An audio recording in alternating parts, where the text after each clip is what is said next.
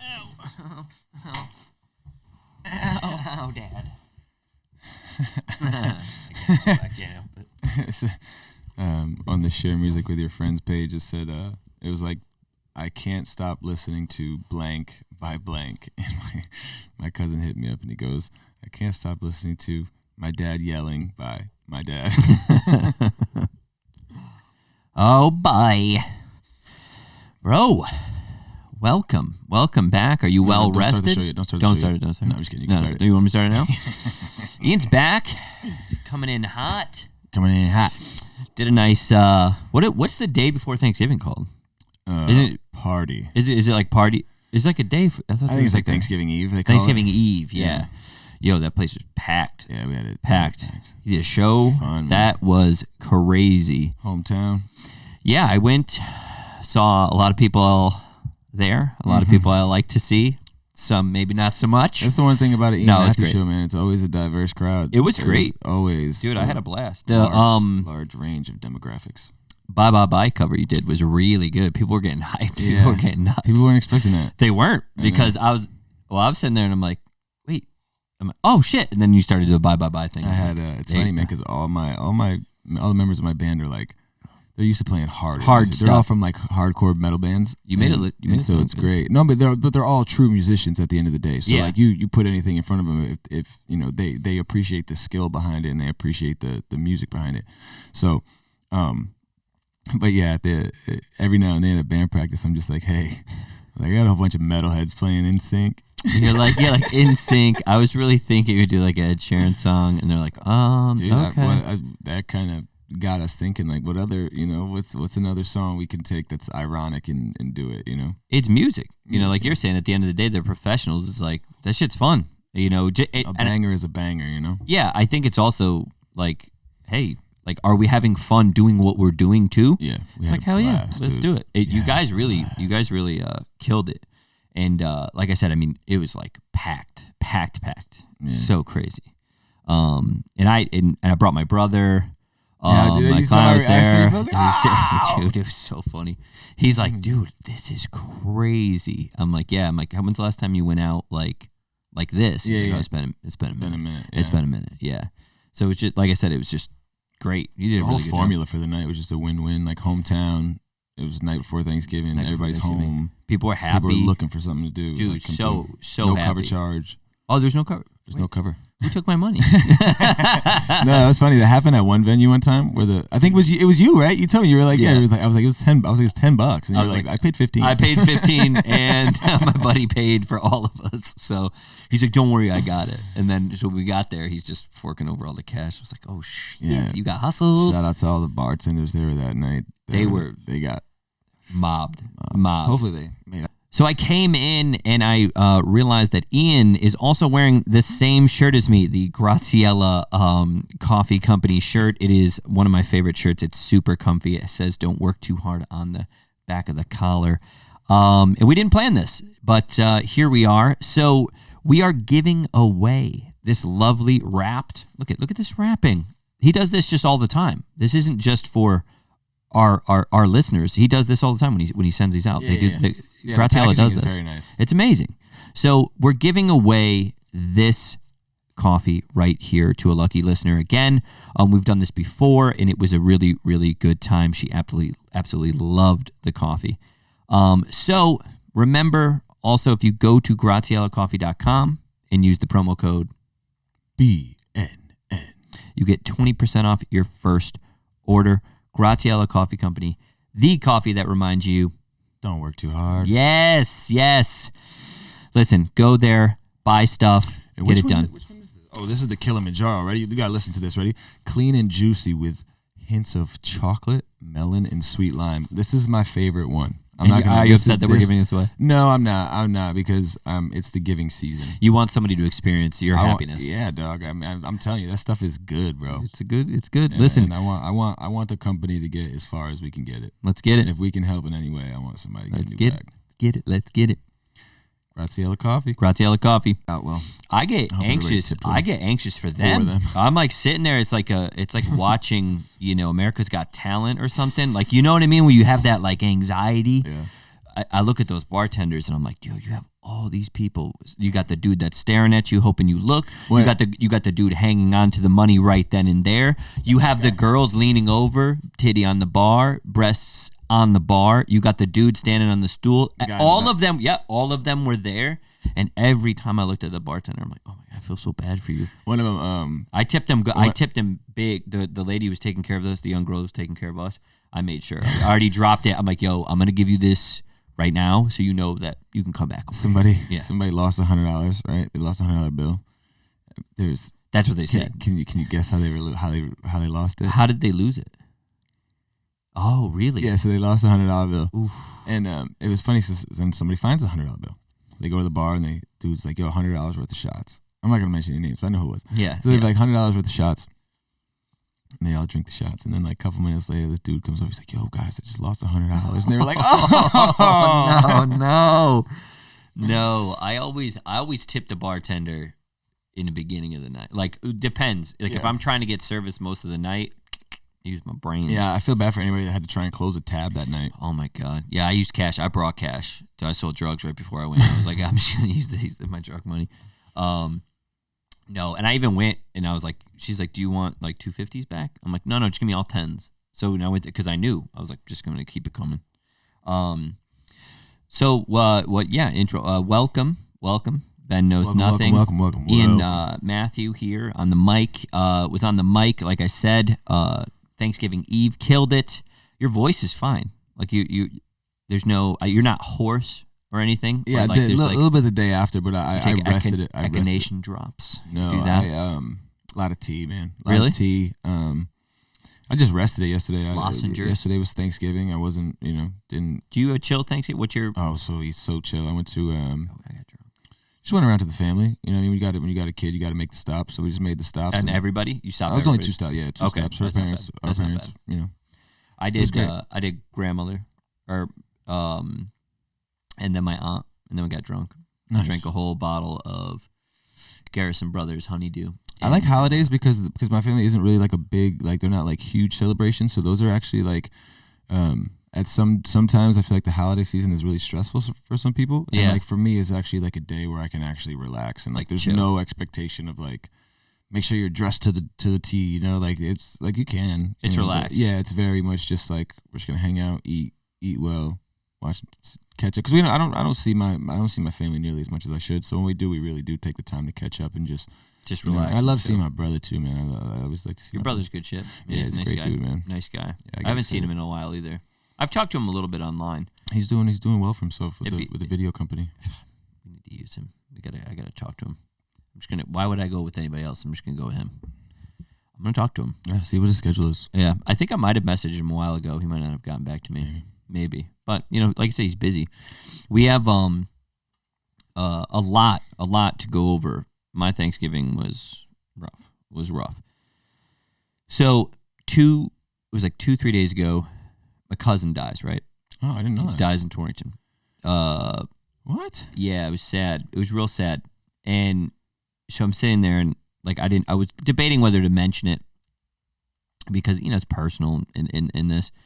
But then I just was like, it kind of sparked me onto really enjoying, this, and it was really sad. And Seth, his name was Seth. He was really, really, just troubled guy, just a real troubled guy. Yeah, things like with family. Oh, wow, dude. Yeah, it was really, really sad. And he has a really good family. My family's great. He has a brother and a sister. Does really. Was it an overdose?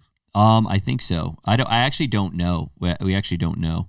So he left a good family behind, and they're good people, and that's what bothered me so much. So going into this Thanksgiving, I remember just kind of being like, man, just really, really be in the moment. I'm very conscious of that type of shit because death has kind of been something that's motivated me to be a better person, I think. And I think that's when people see how can just kind of be pulled away from you. So that's why I was like, I'm going to go see Ian. I'm going to go hang out with my brother. I'm going to go, and I usually say yes to those things anyway, but my attitude was slightly different. It's very, very sad. But going into it, I remember just being like, need to enjoy yourself. Hung up my family. I got to, I didn't want to rush anywhere. Just wanted to relax. That's my favorite fucking part. It's the best part, man. When you're just drinking. I was just drinking, hanging out with my family. And my sisters, stayed there. My brother was there, getting to see everybody. Yeah, because you guys aren't really together a lot. Like, well, we all work so hard. Yeah, like my brother, that's how I feel. My brother's extremely hardworking. My other brother is extremely hardworking, and my sister is extremely hardworking. So it's like, it's the work ethic part has been taught for sure, and we do talk a lot. But getting together a lot of times is tough, because it's like. So I always say yes, like regardless. Like I'd rather hang out with my family and rather hang out with like certain friends rather than like anything else. Yeah. You know what I mean? It's so important. That's my reward system to do shit like this, like to work, to do a podcast, to enjoy time. The family time is the payoff here, So over that holiday season, over this next, it's like just a new lesson. To learn. It's like, hey man, just really enjoy it. I mean, I know we already know that. We both do. No, I mean, even when you already know it, you get those reminders, man, and they all come in different fucking ways, man. You just tell me about your homie that comes in and he inspires you like crazy. Yeah. And, I mean, I think that's part of the mentality of, you pray for the best, prepare for the worst. Yeah. So I mean, when you have a pretty good touch and connection with reality, that like tomorrow's not promised. So when that shit happens, you're almost ready for when it happens for if it's somebody else. But you also have to find like, okay, this is a very sad, negative situation, but there's got to be something that I can take from this to make sure it's not in vain, and make sure that you used every experience for the best you can, because like I think plans never go as they're supposed to. Yeah. Life doesn't go how you think it's supposed to, but at the end of the day, life goes on, and you have to take all those good, bads, happy, sad, and be like, okay, what can I learn from it? I think you're really good at that. You're really good, and I learned that a lot from you as far as like accepting the reality of things and having to move forward in the best possible way of, okay, there's one route I can go and there's another route I can go. You could have been very bitter this holiday. Yeah. You could have chose to, and rightfully so. Yeah. You know what I mean? But that it's better for you, it's better for your spirit, it's better for your mental to take it head on and be like, well, I'm going to celebrate what I do have. We're going to grieve, we're going to mourn, and you're going to do that. It's part of the process, but you're all like, you pulled out a pretty positive, outlook from that situation, man. Yeah, I thanks. I appreciate that. I think it just comes with a little bit longer of experience with some darker moments in your life, but I also think that when you're able to go like look at a situation and go, okay, hey, I could laugh a little bit harder with this person. I could hug this person a little longer. I can look at this person a little bit more. I can spend some more time in I felt that definitely on Thanksgiving Eve. I felt that on Thanksgiving, and then even today, it's like training. I got up this morning, trained a little bit, and that was huge. And I think if you're able to do that, you really can move on and not drag around a lot of that emotional trauma. You can unpack it as it goes, or as it comes to you, and go, hey, I have a choice to react to this. Yep. You don't have to react such a harsh way. What happens, it was so terrible, it was so awful, and it's so sad. It really is. Like the whole situation is very, very sad. It's terrible. But I look at, like what, like you said, like how can we move forward in a better way? And that's not, and here's the thing. I think people think that you are being, maybe they think you're like emotionally unavailable or something when you do that. You're like, no, I just know how to deal with this. Like, yeah. I just know, like, I'm sad, dude. I cried. I did all the things, the grieving I felt. But there's also something that you can do, because some people don't realize that you're that. I don't want to say that, be self-congratulatory like that, but like your emotional IQ is high. Like you're like, I know I know how to deal with this. How many years did you take to learn yourself and figure that out? That was awful. Yeah, I mean, it was terrible. And that's the thing I think we talk about it all the time is knowing your triggers, knowing what you need to do in certain situations, and that's self-awareness. That's the self-awareness of, okay, here's a situation, and knowing how your mind works gives you that opportunity to say, okay, there's the way that my emotions are telling me to do right now, but I've learned enough about my emotions that when I act on them, maybe 80% of the time they haven't really worked out for me personally. So I know, like, okay, if I have an emotion, you can take that and you can use that emotion as your driving force, but also be very, very realistic with yourself of like, okay, if I act on that emotion, right now I might not care about it, but what is it going to do to 2 days down the road, 3 days down the road, 5 days, 6 days? And is it going to stick with you? Is it going to, but if like I was an angry kid. I had a very quick temper. Yeah. And anytime I acted on that temper, I ended up in a bad situation. Yeah. So I took that and I applied it to everything. Even when I'm happy, I may want to go and spend some money when I'm happy. I may want to go and do something stupid where later on you're like, damn, man, I was just riding that high. But like now that I'm not high anymore, I could use that fucking $1,000 I just spent. I probably shouldn't have spent that. Yeah, that's true. Controlling happy emotions are really like, oh my God, I got this. I got to go do this, and it doesn't necessarily have to be sadness. That's a good point. Oh, that's my that's what I struggle with. Is when I'm low, I'm low. When I'm high, I am. Yeah. Like I don't like going. I don't like opening a tab at the bar. Yeah. Because if I get drunk and I get on one of those like happy highs where I'm just happy to be around everybody, it's like, you deserve a drink. You get a drink. I'll buy a drink. Fuck you. I'll buy a drink for you. Next thing you know, when you wake up and you're not as happy anymore, you're like, what the fuck? And obviously you were a little intoxicated, but even completely sober. Yeah. I will, if a high is a high for me. Dude. Yeah. Like it is like, let's do this, let's do that, let's do this. And then it could be something that's like either I take on too much or I, say yes to too many people, or I just, it's caused problems in my life to the point where I'm like, oh, you were just acting on an emotion right there. You weren't being logical in the sense of when you said yes to those 5 people that now you're going to have to follow up with that when you're not on this high and do it. Commit to what you just said, Yeah. And it's not that I don't genuinely, but I would love to do it, but realistically it's not possible. Yeah. You just said yes because it was like, yeah. That'd be great. Yeah. Yeah. That's a good point. I think that's huge. I've done that when we've had, and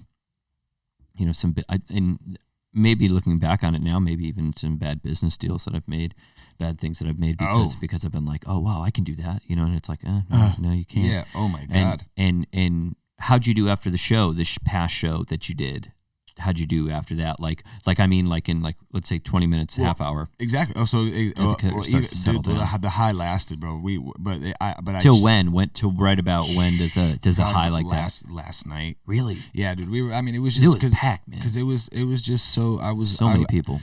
It sounds like it's cliche, but I was thankful, man. I was genuinely like, dude, as a kid growing up in my room, playing on my guitar, thinking about like, oh, I want to be a rock star. I want to do this. I want to do that. And as you get older, like I said, the reality sets in of like, no, I don't care about reaching as many people as I can. I care about reaching, well, I guess as many people. I want to have I felt like I had a solid like connection with everybody in that room. Like there was something that we all had in common, like whether it was us just being from Connecticut or we were, went to high school together or we worked together or whatever. It was just, I was just grateful and I could have channeled that, and I could have went off the emotion of like, we have to bigger and better and bigger. We got to, and gone. Yeah. But in reality, I was like, no, let me make sure that, my band members know how thankful I am for them and how I hit every single one of them up personally. Like, yo, thank you. You guys are a piece of this dream that I have. And I couldn't have put on that show without you guys. It's huge. So like, that's how I channel it now. It's like, I have all this love and it's overwhelming. I'm going to give it to, I'm going to spread it out to people. I'm going to, my high was, I did really well. And we even said to each other like, hey, like, let's make sure we refocus, get back to, our fundamentals as far as like why we were able to do this, and just keep it. Don't, just let's stay level headed on this shit. You know what I mean? Oh, so not ride the highs and lows. We ride the highs. You ride those highs, but do it in a sense of like when I'm high and I'm feeling like I'm don't be reckless. I'm just gonna show you guys. What are you gonna do? Get mad at me? I showed you too much love? No, I'm just gonna send you guys. I'm fucking proud of you, dude. I'm so thank you for.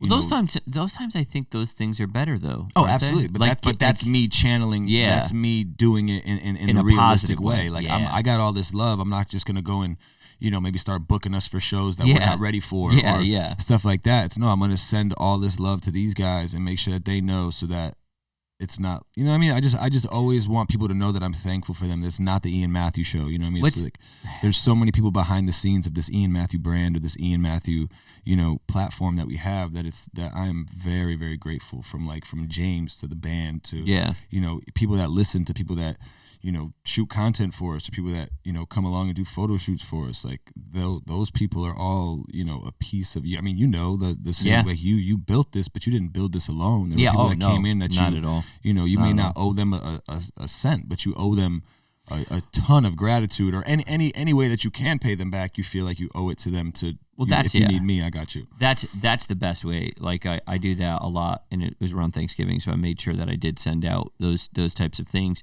And sometimes I feel like I'm kind of stuck in that rut of being, not that I'm too grateful or whatever, but I always feel like maybe sometimes they'll even say like, Ben, this is you, man. Like you're doing this. Like I get, like, of course they're very thankful that I thank them and everything, but they're like, sometimes they're like, take some responsibility. Sometimes it's for you though. Sometimes it's for you. Because you have to, if you don't remind yourself that there were people that were very, very instrumental in like, I could make a list right now of people where I was thinking of my buddy Chuck today, like, and I just every now and then I think of him and I'm just like, if only he knew how much he has been, a pillar in what I do. Well, I'm sure he does. Oh, he does. But I'm sure he does. I tell him and I make sure. But even then, like, he is a very humble man himself, and he's like, oh, okay, thanks, man.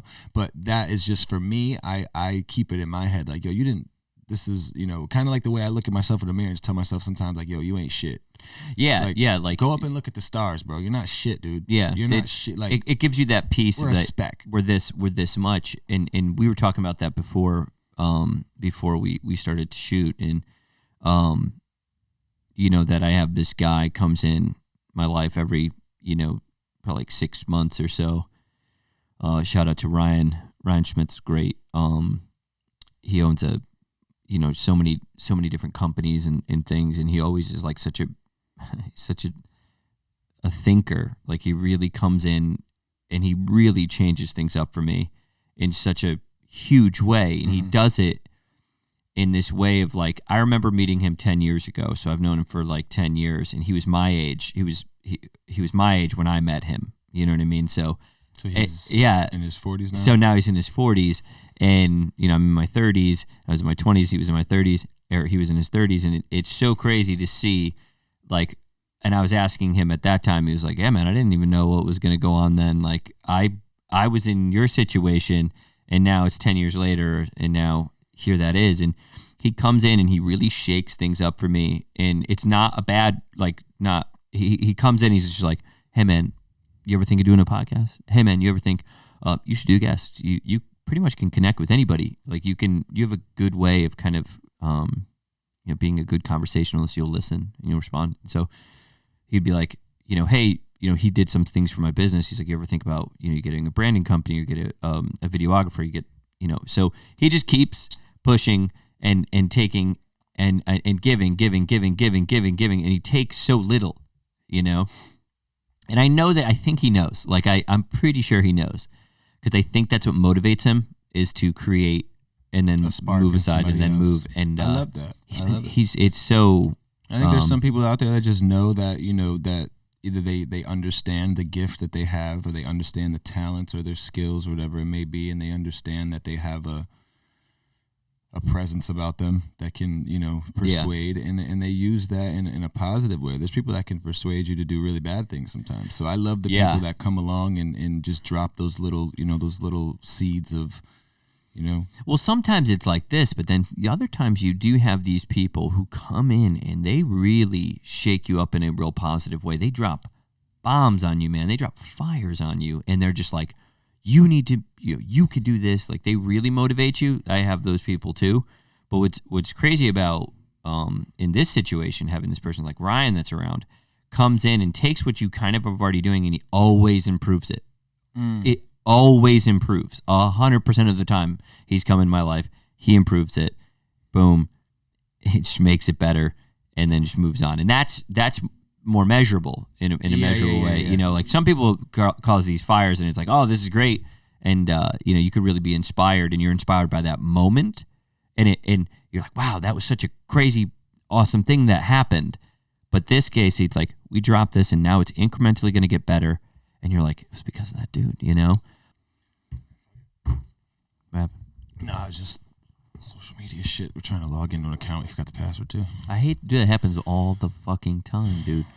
I have so many accounts. You probably have 1 million accounts. You got to remember every password, every email, everything. And I know we probably should write it down. Probably should do that. But still, it's a lot. You need like an Excel spreadsheet. That's what I'm saying. I have, like, with all the accounts with business and everything, it's insane. We have a Black Friday sale going on with my company, and it is nuts. People, and I love it. I love that we're able to affect people in that way and motivate them to purchase more and do that. But man, it is insane all the time around this time of year. And then they get a head start, like a jump start on from January. But then it's like, then you get hit again with the people in January that want personal training. And you get those, but you know what I've noticed? It's always the people who are a little bit before, like the people right around now, those people will be here, and the thing about New Year's resolution, I have to just kind of say really quickly, if you have not practiced any self-discipline, just real quick, I don't want to get into this too much. We have a whole podcast on this. Anybody who has not practiced any sort of self-discipline and all of a sudden think that they're just going to jump in is wildly naive on the fact that they think that all of a sudden now they have the infrastructure, the structure, the foundation to carry that out. Well, so I would say practice a little bit now and then slowly kind of jump in. Well, what did you want to talk about for the rest of the podcast? What do you mean? What was your plan for the rest of the pod? So, because I was gonna say we should dive into that self-discipline, because you are very, very good at that. Okay, you're like I think I've told you, just like in personal and talking, I'm like, bro, like you're very good. I have self-discipline issues. To be clear though, everybody does. Like everybody has that thing, and more people do not want to talk about how they're undisciplined. So the areas in which I was extremely undisciplined, and I'll say it, because I think you need to say it sometimes, and maybe it's not intimate enough of a setting, but for me, as I always had this, I'm extremely structured, disciplined as far as when it comes to exercise. I'm so disciplined now that exercise has now just become a part of my life, where it's just something I do that I enjoy. Where you don't have I'm not even thinking convince yourself to do it. Just go, and I really like it. There's times where you have more motivation or less motivation, or more discipline and less. But so you have that. Food, drugs. I don't do drugs. I like to drink. I really do, but it's like something I could stop if I really wanted to, and then do that. Disciplined enough to do that. I think that for a long time for me, it was really like women, dating, relationships. I was just so bad at it. Because I didn't care enough to discipline that side. That doesn't mean I was being mean to those or awful to those women, which I have, because every guy can be a real asshole, or I've been that asshole guy. But I always was just like, that would be the thing that I would say. Have you ever felt needed the most work? And then now, obviously, it's. Have you ever felt that your disconnect with, like, in your relationships is because of your self-discipline to yourself, where you think that relationship could possibly affect your self-discipline? There's a lot of that where I put all my relationships aside. It was family and business. And I focused on that. And that actually is what it has helped me achieve what I've achieved now, I think. But now when I've kind of have a little bit of what resembles the success I want to see in myself, I was able to now take the next step into my relationship, take the next step into other family relationships too. Yeah.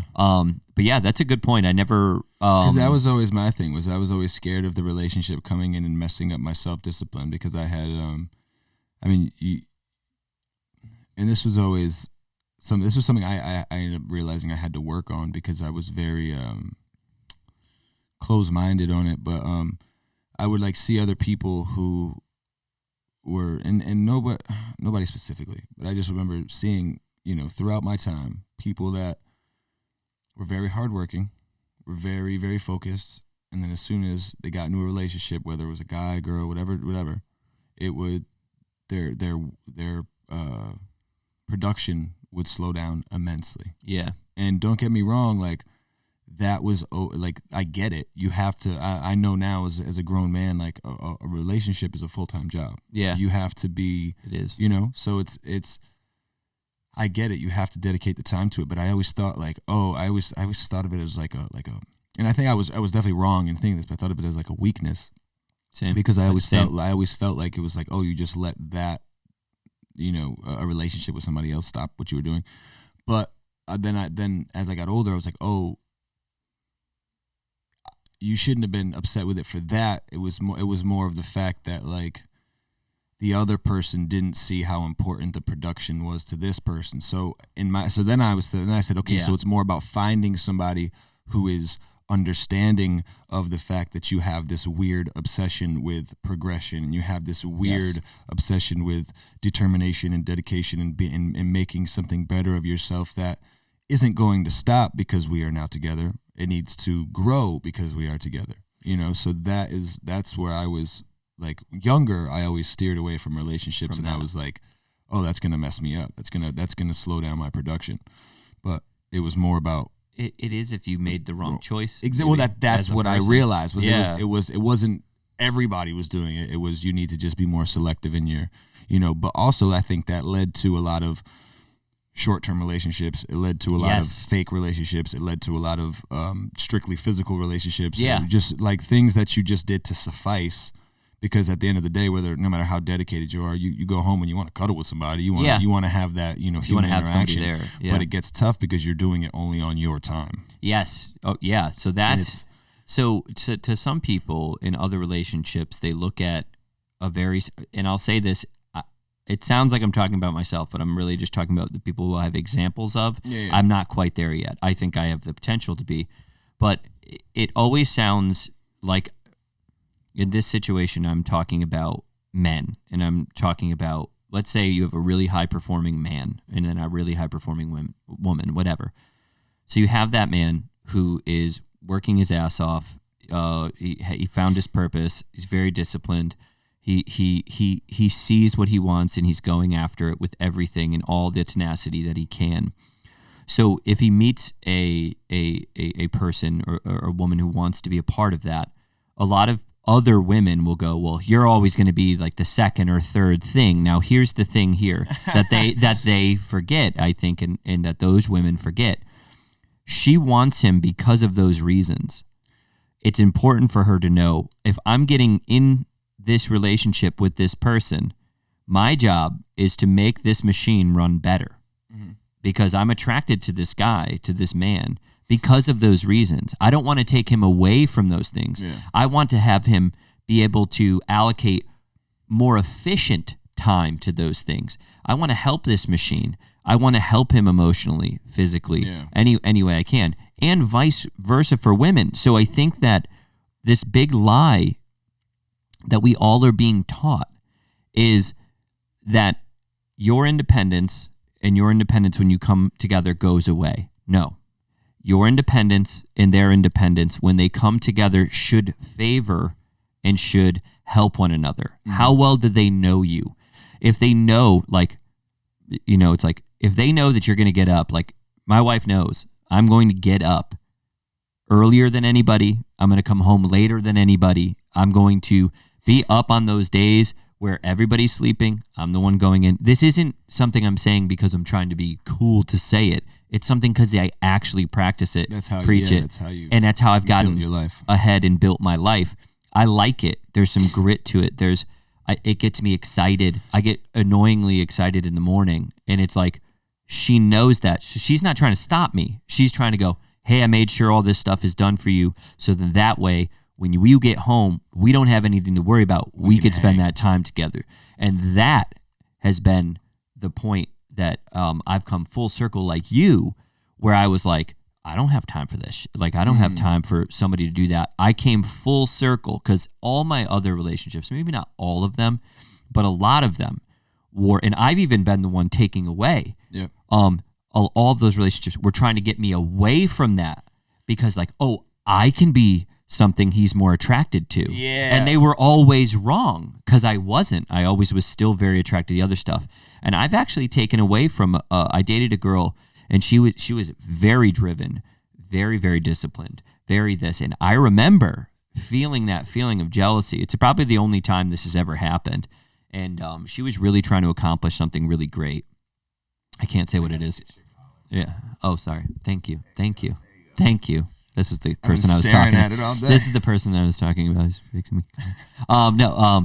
So yeah, I mean, so I was actually trying to take her away from that because I was jealous. I was like, your project's almost bigger than mine. I can't have, and I was very young and just stupid, and I did that, and I still to this day it's like cringy. I feel like such an asshole. I have apologized for it, but it bothered me so much, and now looking back on it, it was because of my own insecurities that's why I was doing it.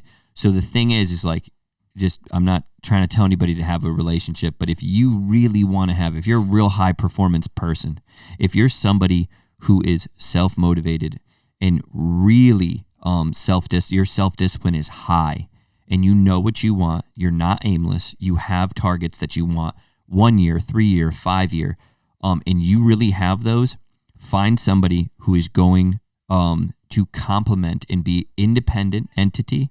Your independent entity, when you come together, it's just like a unit. It's a unit, and it's so much better. And like I said, I mean, I've seen relationships, you've seen relationships, which is why we were judging off shitty relationships. We're like, I'm not going to be like that guy. Well, that guy actually didn't even have the goals that you had or I had. He was just happy to be home, and she was just happy that somebody wanted to be with her or whatever. But for people who are very disciplined, people who are business savvy, or want to be in entertainment, want to do those things, very entrepreneurial like. That's the thing I'm talking about. And have you had that kind of same experience? Yeah, I mean, judging by what you said. I found that like. So you think, for based on the the relationships I've seen, I always thought that there was going to be that you lose something when you get into a relationship, or you lose some of that. And the one thing I remember when I had my daughter, there was so many things that I had looked back at, and I was like, because I remember, and this is a story I'm like super not proud of, but I'm over it now, so I'll say it. But I remember when my daughter's mom was pregnant. She was like very, very pregnant. Like, and she was having Braxton Hicks contractions, right? And instead of being like supportive, I had a studio session that night, and she ended up driving me to. I didn't drive at the time because I didn't get my license until the day after my daughter was born. Okay. And so she ended up driving me to the studio. It was a house with a studio in it, and she was like in pain, dude. She was, and I hate even like talking about it, but she needed me to be there that night, just for now I know what pregnant women go through, and how alone they feel, and how life changing it is, and because you're actually changing like physically, and you're changing mentally too, yeah. It's a lot. And in my head, I was doing something that was productive. As far as like it's something I need to do to keep my career going, to eventually get to the spot where I needed to be. And the session ended up being very much a hangout, smoke session, kind of work on some beats, play some stuff, and nothing really ever came out of it. and it was just like so, eye opening to me of like, oh, not everything is like you when you have the relationship, you put more emphasis on finding the importance on things. Yeah. And now I would have told myself that session isn't important. You don't need to go to that. There's a, but to That's me, huge, because I put this, it was music first. Yeah. But in reality, but there's just the same way in relationships. There's, time spent where it's like, oh, we didn't need to be together today. We could have gone and done something productive. It's like I didn't need to be in this session. I could have done something productive. Exactly. For my family. Exactly. And I think that's a huge, me growing up, that's been a huge factor of like, I weigh the pros and cons. I put everything on a scale now. It's like, okay, what's really important? There'll be an event that, that I've been invited to. Yeah. But then it's also something from my daughter has parent-teacher conferences. Yeah. Yeah. It's like, I also think if this is going to be like a super, if I really genuinely think this will benefit, then I understand that, there will be an understanding on this side of I can't make it. Yeah. I think there's also this, and this can be in relates to that type of mentality. I think that the thing is before you try to change the world, make sure your house is in order. Make sure your house is in order. How the hell are you supposed to tell somebody how to change the world when everything in your house is shit? You know what I mean? Like, how are you supposed to do that? Tell me. Exactly. You can't. So when you sit there, and I did this too for a really, really, really long time. I said that like over and over and over and over again. I was like, I'm going to focus on business. I'm going to do that. And this might be kind of maybe too much of an insight of my life. I was like, I'm going to focus on this. I go home and I had nothing in my apartment. My apartment was literally bare. I had a mattress on the ground. I had a fold out bench. I had a TV on the ground. My kitchen situation was always good. Like I had a plate. I had a fork. I had just enough for myself. One pan. You could fry an egg. I had a pot and that. Yeah, that's it. And here I am trying to change the world, and maybe there was a bit more grit to me then, for sure. And there's always been grit to me, but grit. And I remember, like, how am I supposed to tell all these people how to change the world when I come back to a dark, dreary, lonely dungeon of an apartment and just go to sleep because I'm exhausted, get out of bed and do it. I was orderly for sure. Like my bed was made, everything was hung up, everything was good. Kind of bare though, you know what I mean? You didn't have anything. I didn't have anything. But you also sounds like you had a respect for the things that you had. You did have an appreciation for the things you had. Dude, I've washed my car. I've washed my car every week since I was 16, 17. I used to work at a car wash too, but I've washed my car at least once a week. I saw you put it on your story. I can't help it. If I don't, it starts to drive me nuts. I clean my shoes. I wash, like I do all that stuff. It's like I have to do it. But your ass. Yeah, everything. Yeah, ass stays dirty. No, but that. Fuck. What were you saying? What did you just say? Fuck. Why did I make that joke? Fuck. Well, dude, I mean, before you go trying to change, so the world, make sure your house is in order. So I also think before you go looking to build with somebody else and get into a relationship, you need to make sure your house is in order, because independence. A lot of people are broken or broke or whatever it may be. And I'm not saying being broke is a bad thing, but I'm just saying like to go in order to build with somebody and you don't have like, your own plan figured out. Yeah. You're just bringing somebody into chaos as well. Have you? And especially if they're not ready either, then you're just starting complete chaos. Then it's just craziness. I've been in relationships where I remember I got into a relationship with you could be broke and get together as long as y'all have a plan. Yeah. As long as you have a plan to do it. Yeah, to get out of it. But I've also been in relationships where I'm like, am I in a relationship with you or your parents? You know what I mean? Like, because she's still dragging around her parents' ideals of things. I'm a princess. I'm this. I deserve this. You don't deserve any of those things. You're not even independent yet. You don't even, those thoughts you still think are yours.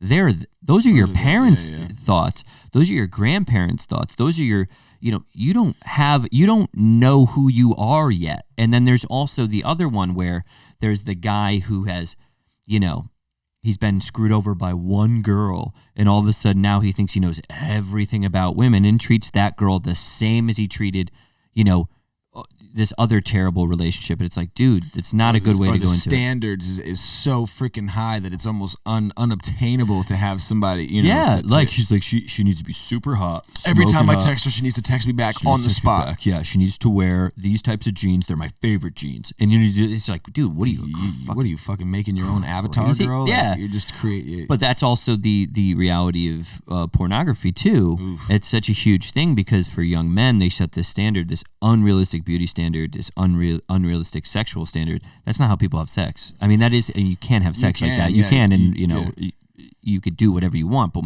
my point is, like, that's not favorable to women, and that's probably not how that's going to go. The longer, the best, the more you know about that, the better off you'll be. Yeah. So I just think it's like, and by no means, dude, I'm a fucking moron.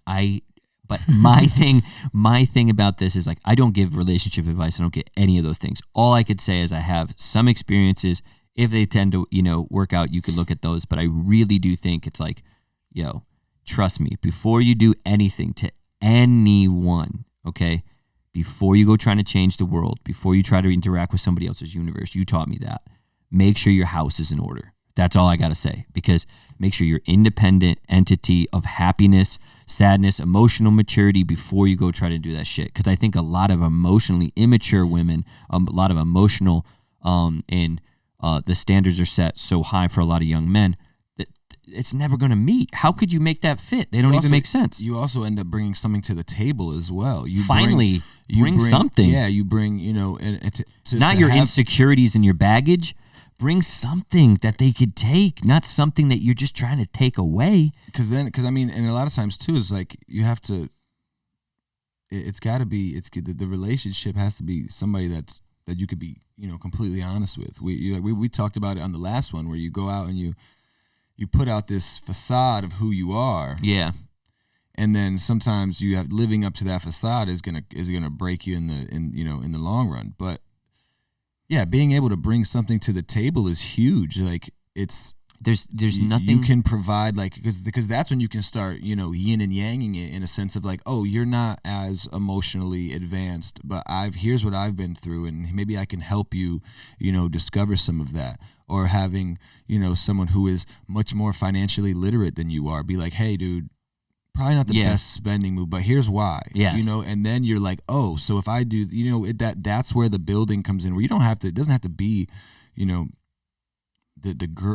exactly who you. It's really who you can make the best thing life with. Yeah, like. But it's also something that's not going to ever be said, and we could kind of end on this, and people can really think on it.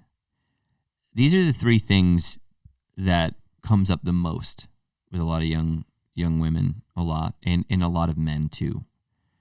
Do you know what really is something that somebody craves in a relationship? Safety. Oh, yeah. Security. Competence. Safety, security, competence. It's not sex, touch and money. It's safety, security, competence. Money kind of comes into play a little bit because with the safety, but safety, security, competence. Just think about that before we try to do anything else. Sorry, I had to say it. We did do a vote. We did a hell yeah versus hell no. We did do one for Thanksgiving. I was going to reveal it on Thanksgiving on the Instagrams, but I just decided not to. Because I got drunk. I'll be honest with you guys. I got drunk. I regret nothing. I don't care. Yesterday was everybody's cheat day. Everybody's take a day off of reality. So, I mean, I guess we can go into these three. We'll just go real quick. So Thanksgiving dinner.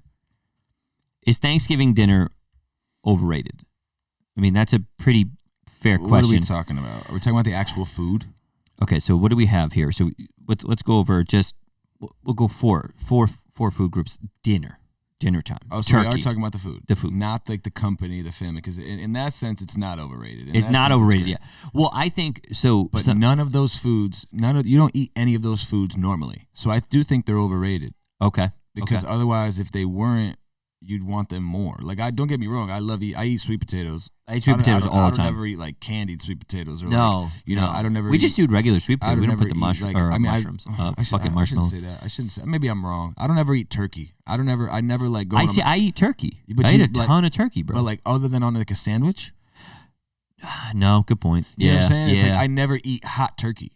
Yeah, I'm never like, oh, let's go get a bird. Yeah, that's you don't buy like turkey breasts. What are you doing today? I'm gonna go get a bird. You don't see, do they sell turkey breasts? They do. I have like people hunt. They hunt turkey sometimes. Oh, that's different. Turkey, they smoke them. Yeah, no, but that's more like I think that's different. You're eating it because you went hunting and you got it. For me, just going to the store, I'm never like, would love some turkey. It's you like, know what? Just get chicken. Give me that 25-pound turkey. Let's take 18 hours and cook this motherfucker. Yeah. Yeah. Okay, that's a good point. So the company, not overrated. Not overrated. No, super fun. Yeah. I laugh my ass. My fucking stomach hurts. I did have a theory of if you just pick a day and make sure you get the invitation out early, you can most certainly plan a feast with the people you love and just do it any time of the year. Bro, listen to me. Why don't we do that more often? Why don't you and I do that? Let's do that. Okay. I have an idea. We will plan a feast. We'll plan a feast. It's not a Friendsgiving. It's a feast giving. No, can I tell you an idea? Talk to me. So, this is a good idea. Rest in peace, John Larson. He was the writer and creator of the musical Rent. Okay. But while he was writing it, he would, with the cast and everything, he would always do this thing every year, and it was called the Peasant Feast. Okay. And everybody would bring a dish, and none of the plates matched. None of the it wasn't That's about dope. a fine dining set. Okay. It was just about strictly the company of people. We're all drinking from different glasses. There's no like fancy schmancy shit about it. It's just we are here for the company of each other. And they would play music and they would sing songs and they would enjoy each other and they would all fill into this little fucking Manhattan apartment. And dude, let's do this. Let's do this. I think we should do this. I'm so with it.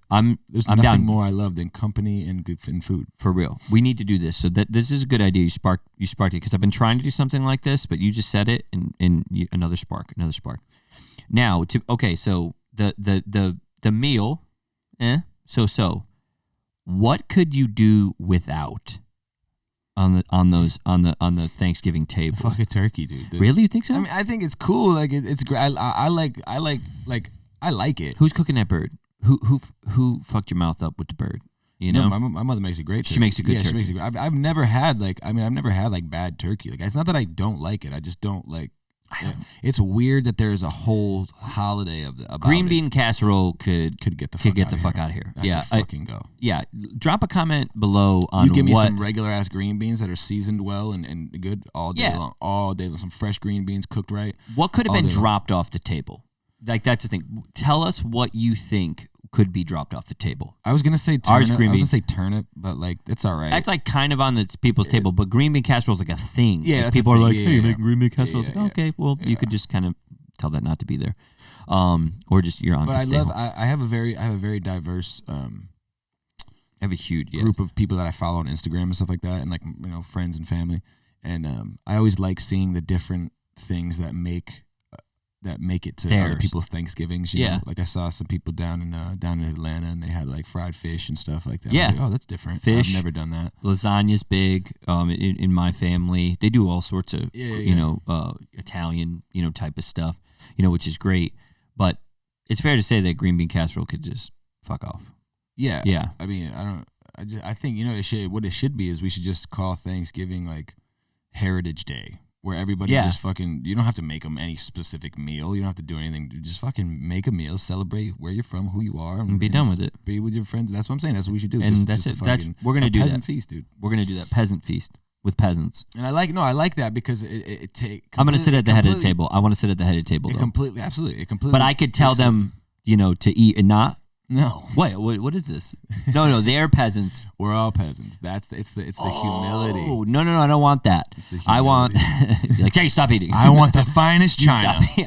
For me, and then they can all eat on the floor. just like, you have wooden bowls. You just a time where you have basically the same feelings that you have at Thanksgiving, where you get to say to people, I haven't seen you in that long. But every year we're going to come together for this feast. If they bring a lady, I could be like, you're with me now. You're with me now. Do I say that? No, this is not like that. Ian, we got to talk. King. Yeah. Oh, I'm not? No. Okay, yeah, we have to talk about how this is going to go. No, seriously. I think that's a good idea. So, what's a better pie? Apple, pumpkin? Apple, bro. Apple. You can have apple pie any time of year, dude. Nobody wants to eat pumpkin pie in the fucking summer. It's American. I think, I don't know. I just don't get what the big deal is with pumpkin pie. I never understood it. Like pumpkin spice lattes and shit. I don't get it. It's just seasonal. But it's habitual what comes with the season. Everybody knows that once you get the pumpkin, now we're in the holiday season of the it's gonna get. It can fuck off. It's terrible. It's all right. It's not terrible. I mean, I had to bring a pumpkin pie. I'm not gonna lie to you. I'm not like a pumpkin spice guy, but I don't despise it. So I don't think every it's now and then awful. when you get one, it's like, oh, nice. Or even like one of those pumpkin beers, dude, like with the shit on the top on the ring. Well, that's all right. Cinnamon. You mean cinnamon? Yeah, whatever the fuck. Yeah, they shit on the rim. They just they rub they do. just asshole to rim. I think that's what it is. Is once you get that, you have that feeling of there's an emotion connected to it of like, here comes the holidays, and everybody loves the holidays. I like the holidays. Yeah, I'm a big holiday. I'm a holiday guy. I'm not like a decorate the house holiday guy, but I'm just like this is, I get to go inside in like a nice warm house and like just hang drink out, some coffee and watch like old Christmas movies and shit. Yeah, that shit is pretty good. There's something. Or watching my kid get excited for it is a whole nother joy. Do you like eggnog? I love eggnog. Yeah, with booze in it. Yeah. See, I like eggnog, but it's like one glass. Yeah. I can't overindulge. I don't think there was sound. I watched a dude hold on. He had all the eggnog with booze in it, and he was hugging it. He's like, I gotta check all these out, and I'm like, bro, you are trying to do full send on getting drunk off eggnog. I just feel like that'd be a terrible. There's some bellyache. We had some eggnog from Arethusa. Oh, that's different. That's different. That's bougie as shit, and that is so good. Their cheese is amazing. They kill it. It's amazing, but it did leave a dent in my bank account. That shit was crazy. I spent like $59. Oh, is that where you got the cheese plate from, Arethusa? No, I have gotten one from there, and it's like $120 or something. It's fine. I mean, it's worth it. It was delicious, but I was like, my bank account's empty. You're never gonna get it and be like, this cheese was terrible. This cheese is fucking trash. No, I love cheese. You get what you pay for. I love cheese. Their ice cream is amazing too. Ice cream is very good too. I go down there. Even the winter. I mean, I've been there when it's cold. And I'm still going to go get ice cream. It's fucking delicious. Cheese. I'm a New Englander, bro. When I used to work at Backstage, they got Arethusa cheese, and they would do the cheese plates with. It's so good. Anytime I got to cut cheese, I was like, yeah. Yeah, I Yeah. know. Yeah. So 30% of people said pumpkin. So obviously, apple is just rolled over pumpkin. Fuck pumpkin. And I mean the same thing with the turkey. I think we covered that. A lot of people like the turkey. I mean, I do because of the way that it's cooked. That's just me. I'm a much bigger fan of now when you have the leftover, big piece of the big carcass of the turkey that you didn't get. Oh yeah, yeah. Boil that motherfucker down. Yeah. Get a nice stock. You make a nice soup. There you go. That's when I'm like, tell him, Martha. Tell him. This is no. I mean, I love. To cook. Yeah. We were just cook. Yeah, I love to cook. We were just after the show the other night. We were talking about going up to James's house because he's got a big house now. So we were talking about going up to there and having some band meetings and stuff. And he's like, and Ian's cooking, and I was like, yes. Dude, you're stoked about that? I love to cook for people. There's just something about. I like it too, but I think it's I don't know if it's the providing. They're it is you're giving them something. And I also like when someone tells you that your food is good. Yeah, I do. I kind of look at it as an art form. I find it very relaxing. I find it very a way to use your creativity. We have a meal prep company too. I rarely use a recipe. You know that, right? Yeah. You're telling me. Yeah. Food is so good. Yeah. Food is amazing. So I mean, And then, like I said, being able to provide and cook for people and have them actually be like, "Wow, damn, man, this is great." And you're like, and my guitar player Wes he's a butcher and he's also a cook. So where's he a butcher? We're gonna have Big Y. No shit. Yeah, so we're gonna have some fun. That sounds. We're gonna have a lot of fun cooking, dude. That's such a cool title, butcher. And you're like, oh wow. Well, I asked him. I was like, how many, how much have you learned about probably a He's ton. like, there's so many. He's like, I could tell you so much. He's like, See, I know that shit's every cool. cut, but I think that's amazing. That shit's cool. When I was working at Backstage, I learned a lot about, doing that, cooking meat and I'm such a fan. right. Oh, it's amazing, dude. I like going to like different butcher shops. They're doing going to like a meat shop. There's one in Avon that's really good. Yeah, Avon Meat Market. Yeah, Prime Meat Market is really really good. I got like a lot of like weird meat, not weird, but like things you can't usually get, like elk, venison. About snake there. Dude, let's do that on the pod. Let's get some. You want to do that? Yeah, let's get some different stuff. Some gator. Let's get some. I can do that and probably have it brought to us like fresh, and we can try it. Yeah, or at least I'm not well versed in cooking venison. So I know you got. I know somebody. Like I know. crazy. I know somebody. I know we were talking about it the night of the fight. Yeah. I know somebody who will do it. Yeah, we should definitely do that, man. Yes, we're gonna do it. What should we eat? That's what you guys should put. What should we use? Like alligator, snake. Elk, kangaroo. There's kangaroo over there.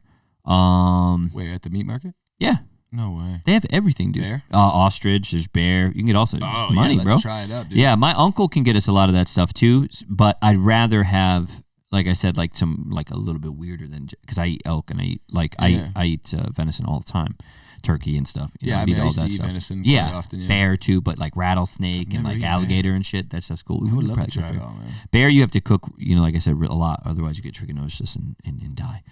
Let's roll the dice. It's fun. Just fucking, I want to get rare. I'm hungry though. Get some food. Okay. Yeah, let's go get some food. Yeah. So, what was I gonna say? Is this goodbye? I think it's goodbye. Is this goodbye? I think this is goodbye. Goodbye, everyone. Thank you for listening to Ben Knows Nothing podcast with your host Ben and your co-host Ian Matthew. Welcome to our ASMR. God bless everybody, and God bless America. God bless us, everyone. God bless us, everyone. Oh my God.